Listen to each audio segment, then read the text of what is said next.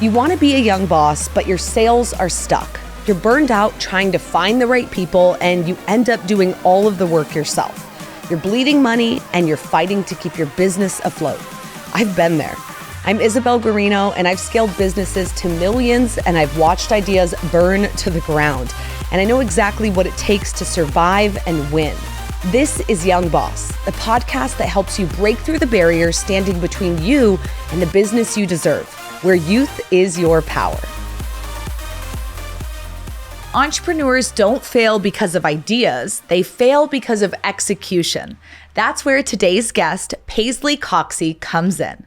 After betting on herself in 2024, she built Fractional Wave and now steps in as a fractional COO to help business owners make tough calls, create structure, and actually scale.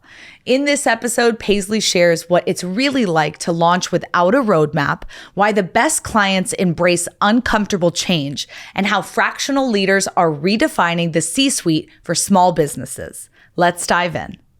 Hey, Paisley, welcome to the show. I'm so excited to be here. Thanks for having me. I am thrilled to have you here because as I was sharing with you before the show, I think that your job is my dream job, right? Getting to dive into businesses and see what's wrong, what you can improve, and just give insight and information on how to grow and expand and just do things better. So tell me all about the Fractional Wave and how you got started. Yeah, so in 2023, towards the end, it was kind of a, do I invest in myself and really bet on myself or just go find another job? And ultimately, I was in a position to just try it out. So had lots of conversations with people, am I going to go marketing? Am I going to go this COO, integrator role? What am I going to do? And ultimately, I like to help business owners. So my goal was to help as many as I could. So here I am. I figured it out. 2024 was a long year, but it was a lot of learning and feel like I'm good at what I do. So if I can help as many business owners as I can, that's what I want to do. I love it. Did you end up saving up money knowing you wanted to make this launch? Were you kind of working on it part-time on the side? I wish I had maybe done a little bit more planning for it. Okay. But was kind of just at a position with my long-term company where it just felt like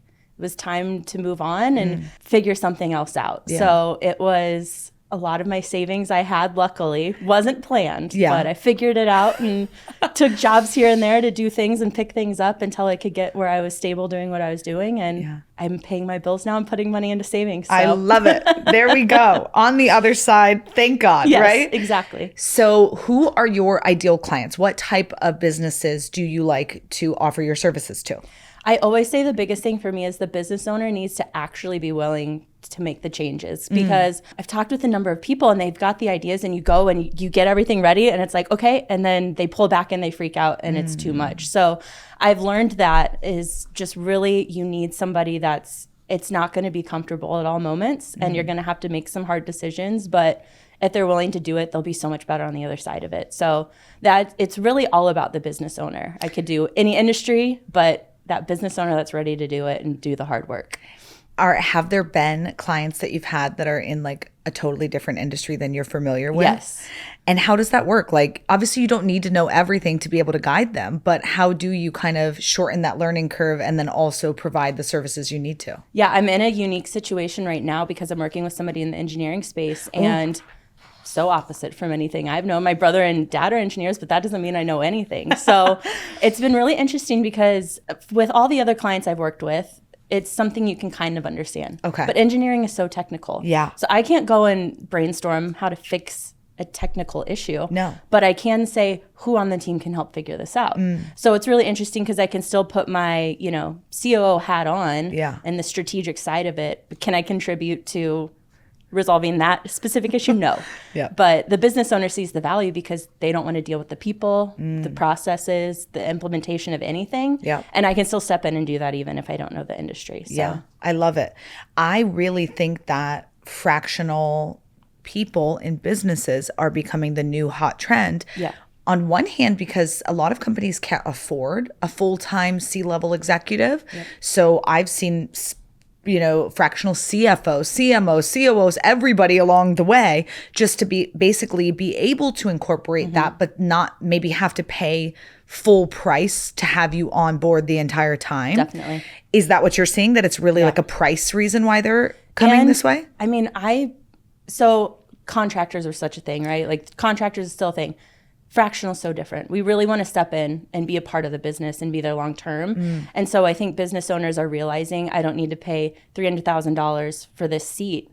I can pay a fraction of that, but still get the benefit because let's be real, most of us aren't working 40 hours in a week, right? Yeah. So if you can get 10, 15 hours of me specialized every week, you're going to get that growth that you need at the cost that you can. Yeah. And I think business owners, especially small businesses, understand that. Now, is a $100 million company going to need somebody full-time in the seat? Probably. Yeah. But the $1 to $10 million company, they don't need that. And maybe they never do. Yeah. So it's been really cool to see that grow. And all the conversations I've had with people, it's like the ones that are doing it and working with clients, they have that passion to actually help and be a part of the team. So the business owners that respect that and realize that, I think are really going to have a growth that they would have had 5 to 10 years down the line. And you can accomplish what you're wanting 5 years from now in a year by finding those key people and investing in it.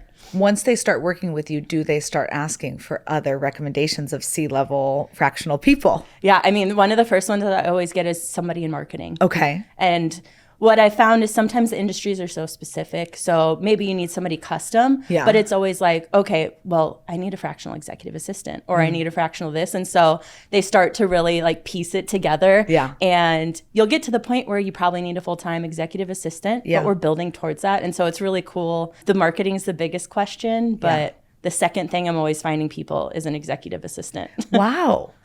I think that we were talking on an earlier episode about jobs being outsourced to VAs and international and stuff like that. And I think at the C level, it's a different ballgame. It's you can't really outsource that. But staffing in general is taking such a turn where people are really trying to tighten up on budgets. So I think that they are looking for creative outsources and alleys to say, I need these things done, but how do I make it work with my budget? So it's obviously, it leans towards that being a good fit for them. Yes. How much is too much going into all part-time people, all VAs, all fractional? Is there a certain point in a business where it's like you really need people full-time with you? I think what I always think, I think the EOS framework, like the structure that creates, you create those accountabilities, right? And those seats. And so you're going to get to the point where there's too much on somebody's plate for the amount of time you have them. So then it's, am I going to go invest in another fractional salesperson, or am I really going to invest in the person I have, or find somebody I'm investing in full time? So that's what I usually say and discuss with people in general, but business owners is this part-time will work for so long, and you're going to know when it's time because there's either too many hours or too much work to get done. And then it's that scary investment in the full time. I think depending on how big they want to get, they can probably stay fractional with people. But ultimately, I think there's that tipping point where it's like, okay, I really want to be out of the day-to-day, so I really need somebody taking over operations. Or sales to get us to the next level needs that full-time like CRO or sales manager, whatever it might be. So I think companies will get there, but I think they can do fractional a lot longer maybe than they think they can. Was your past career, were you kind of doing similar things to what you're doing right now? Yes, I was. I do a little bit of sales and marketing as well, like I mentioned. So with my full-time company, I started in sales and marketing and grew. And then since I was so familiar with that team and a part of it, was still very much like had that hat on. Okay. But I stepped into like the CO Integrator role in 2018-ish, 2019. And so very much was doing the day-to-day management, right? People write seat conversations. Leading up to that I was, but when I officially had the title, I was really in it. So it's interesting because you take all these assessments and it's like, there isn't a better seat for me than this like COO role, team management, like culture role. And so it's cool that I found it. And now that I can, help as many companies as possible with it too. So to transition from that almost being like your full-time gig for one company to saying like, hey, wait, they're paying me to do this, but I could just get paid to go do this and 10x it and service all these businesses. Right now, you're solopreneuring it, doing it all on your own. Is the goal to kind of more have an agency, or do you want to keep it just a personal career, like something that you get to build, you get to control, you get to own? Great question. And it's it's kind of been that now that I feel stable with what I'm doing, it's figuring out the next step of it. Yeah. And I'm not the best visionary sitting in the visionary seat, but I can come up with the ideas and execute. So do I want to have a group of COs around me? I don't think so. Okay. There's great companies that do that. I work with one. Let those that do that really well figure that out. But what I have really noticed with the clients I've worked with is that marketing piece is really important. So my current goal is to really find a solid marketing team that I can bring on when needed. Yeah. Finding somebody that's great at SEO but doesn't cost an arm and a leg. Find somebody that's great at Google ads, any ads in general that doesn't cost an arm and a leg but does a really great job. Yeah. So I think that's really the next thing I'm trying to figure out. Okay. I have solid marketing people around me. The person that helps me with my own content is really great. So I feel like I've got good content people around me, good website people around me, but it's that next step of figuring it out. And what that looks like, I think the biggest thing for me, I never want to make money off of other people's work. That's very common when you're doing things with fractional agencies. I very much want, if I place you with that person, you're making 100% of what's being paid. Yeah. So I think it's me figuring out what that next step looks like, as far as it's great to refer people, but I'd like to be able to make money that isn't solely based on my hours. So that's my next piece to figure out, but I've been thinking on it. So. Okay. Well, it's still like, this is only a couple years in, so you have so much room for growth. And if you do want it to be something that's only you, obviously then there's a stopping point to how much you can do, right? It's going to be like, hey, I can only service X amount of businesses at a time. Yeah. But if that's bringing you the income you want and the lifestyle you want, then who cares at that point, you know? Exactly. So I think something that people don't understand if they've never sat in a C-level position is the intense responsibility you feel for how well the company does, how happy the staff is, projects being completed. Like, you just feel this immense amount of like, this has to happen and be amazing. Do you still feel that working with multiple companies? I do. And when the company's solid and fine, it's like, great, this is so easy. But then it somehow is always the same week where every client has some emergency and it's like, holy crap, how am I going to get through this week? And you do feel the weight. And I'm making decisions for multiple business owners and not all of them are going to be right. And you X that of the things that could go wrong with the more businesses you work with. So it's fun, but that's definitely the part where, okay, I'm making a big decision for this company and I hope it's the right one. Would you say that's one of the hardest parts of your job, or what is? So I think that's probably the biggest one, because ultimately, does that mean I can't go find another client if something happens with that company with that decision? Like that feels like it's scary. I don't know. I don't want to make the wrong decision and ruin some business. Yep. I haven't done that. I don't think that I will, but I think that's the biggest thing when I'm like asked, should I do this or that? I'm like, I've got 500 questions before we can decide, but it feels a little less intense when you're with that company full time and you're in the day-to-day all the time and you know every single potential scenario. But it doesn't weigh on me too much, but sometimes when I get those big asks, I'm like, okay, let me take a breath and think through this. Yeah. How do you market to find companies who need your service? My biggest thing in 2024 was building relationships. And I think, not that I'm using these relationships in any way, but my biggest thing was finding out what people do, why they do it, and who they want to help. And I feel like that's naturally just led to building connections with potential business owners.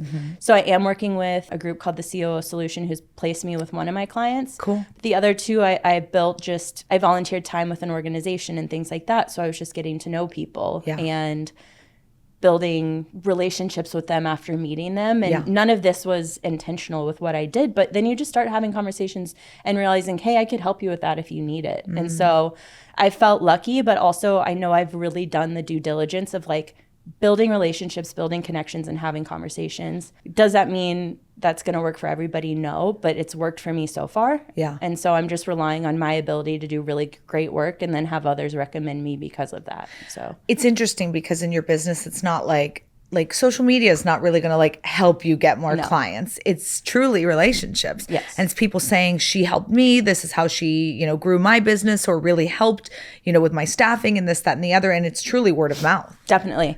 And it was interesting because, you're talking to all these people and figuring out, like I mentioned, is this even something that I want to do? And Fractional, although is much well known now, in 2010, It wasn't. Like early 2024, I mean, people were talking about it, but it wasn't everywhere like it is now. Yeah.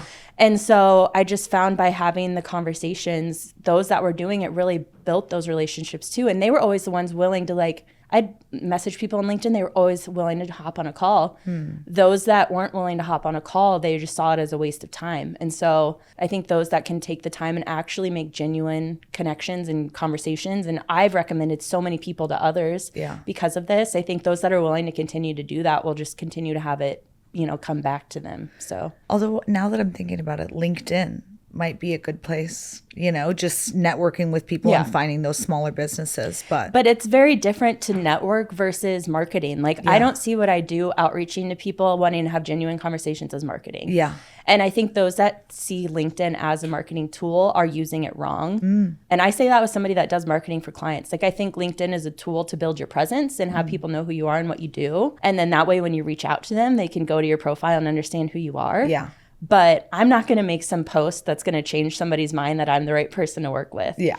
They might see some of my posts after a conversation and reach back out, but they're not just going to pull up my profile and say, oh, Paisley's the right person. Yeah. That'd be great if it worked that way. But yeah, so I use it as a relationship tool, but I think what people think they'll get out of marketing, they just won't on LinkedIn. Yeah.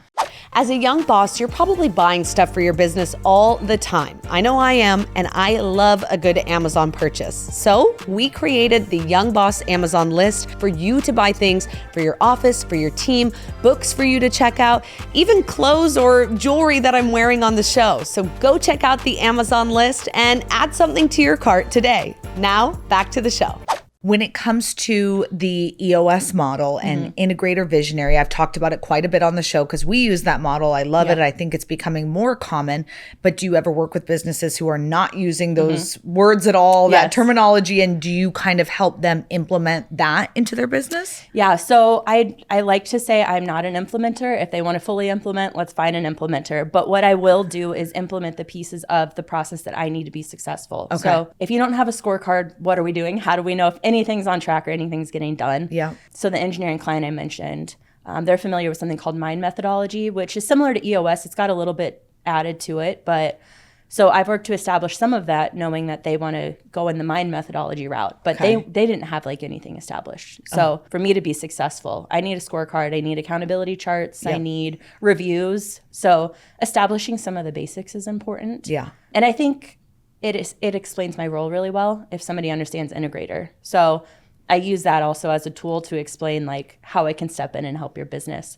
Luckily, my other two clients are in the EOS space in general and run on EOS. Yeah. But yeah, if it's not there, if structure isn't there, having that EOS background definitely helps with some of that. Yeah. Do you feel like you are seeing, because I feel like I'm noticing it, a rise in consultants, a rise in like, I'll help you fix your business and this, that, and the other. And it's like everyone and their mom is all of a sudden a consultant. And I'm like, well, who's doing the work if everyone's just consulting? Do you feel like you're seeing that everywhere? Yes. And I'll notice people in the same space as me that also do business consulting.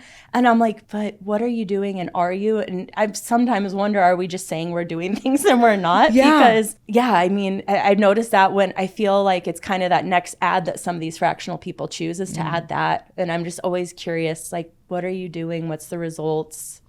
How did you land with this? How are you an expert in it? Because everybody's doing it. Everybody's doing it. Just like everyone has a podcast. Yes.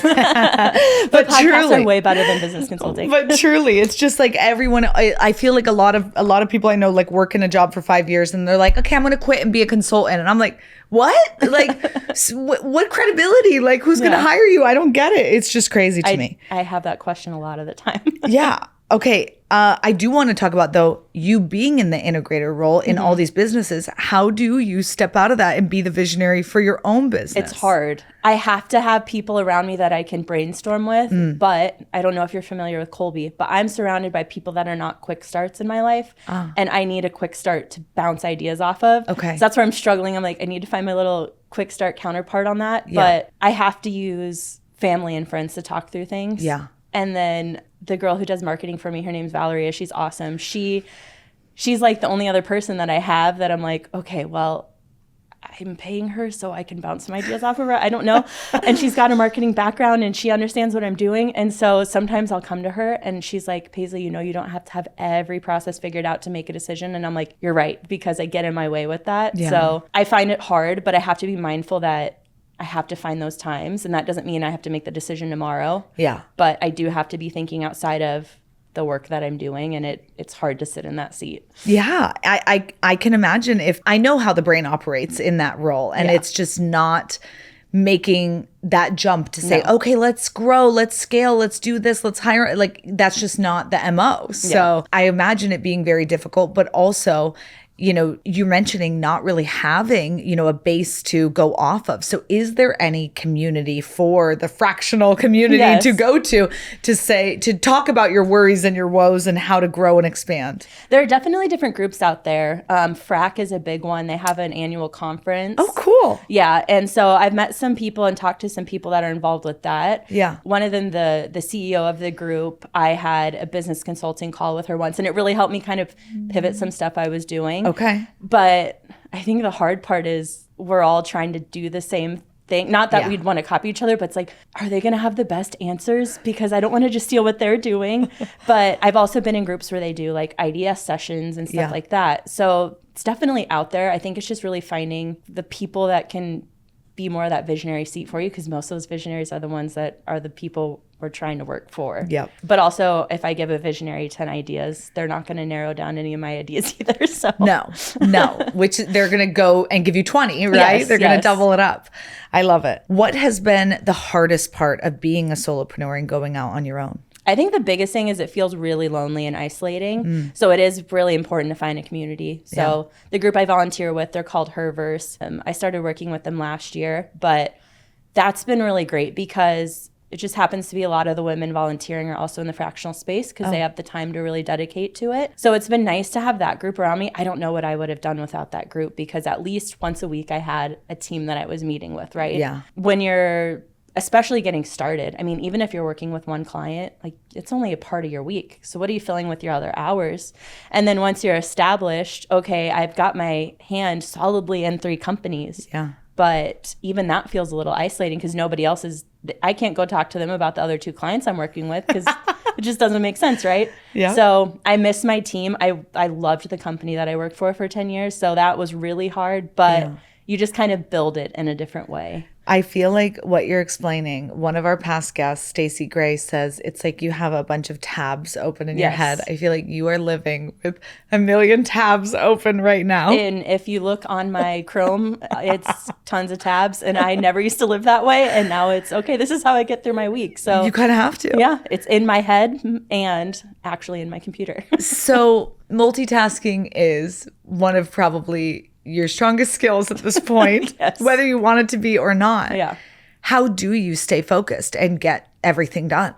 It's hard because, again, back to my Colby, I'm naturally a process person. Like, structure is really good for me. And when there's not structure, it feels very overwhelming. So luckily, I think just being in the integrator seat, you're kind of used to the chaos and things can pop up and suddenly your day goes away. So I think, I've learned skills to deal with that, but I think that's probably the biggest thing is it's against some of my natural instincts.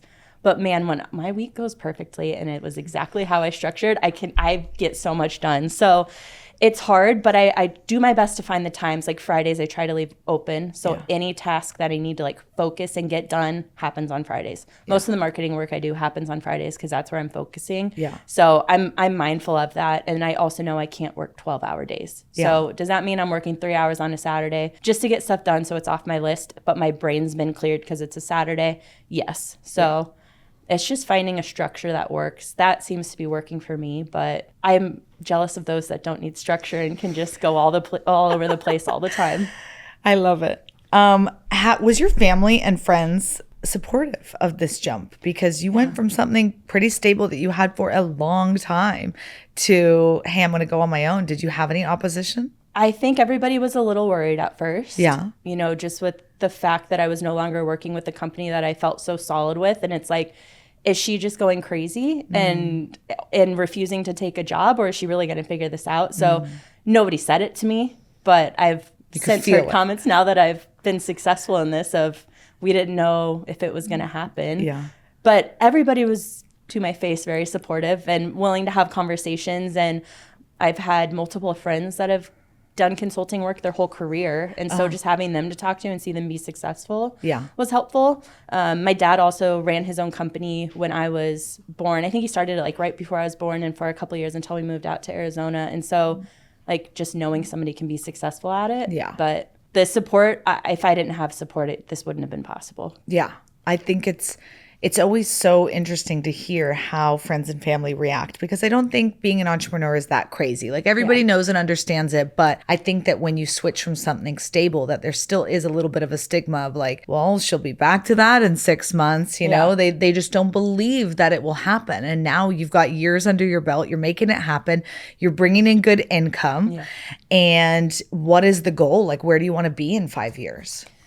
I love doing what I'm doing, but I want to figure out a way that I'm supporting others create this dream too. That doesn't mean I want to be some business coach or that, because that's kind of the other thing people step into is coaching to be able to be this.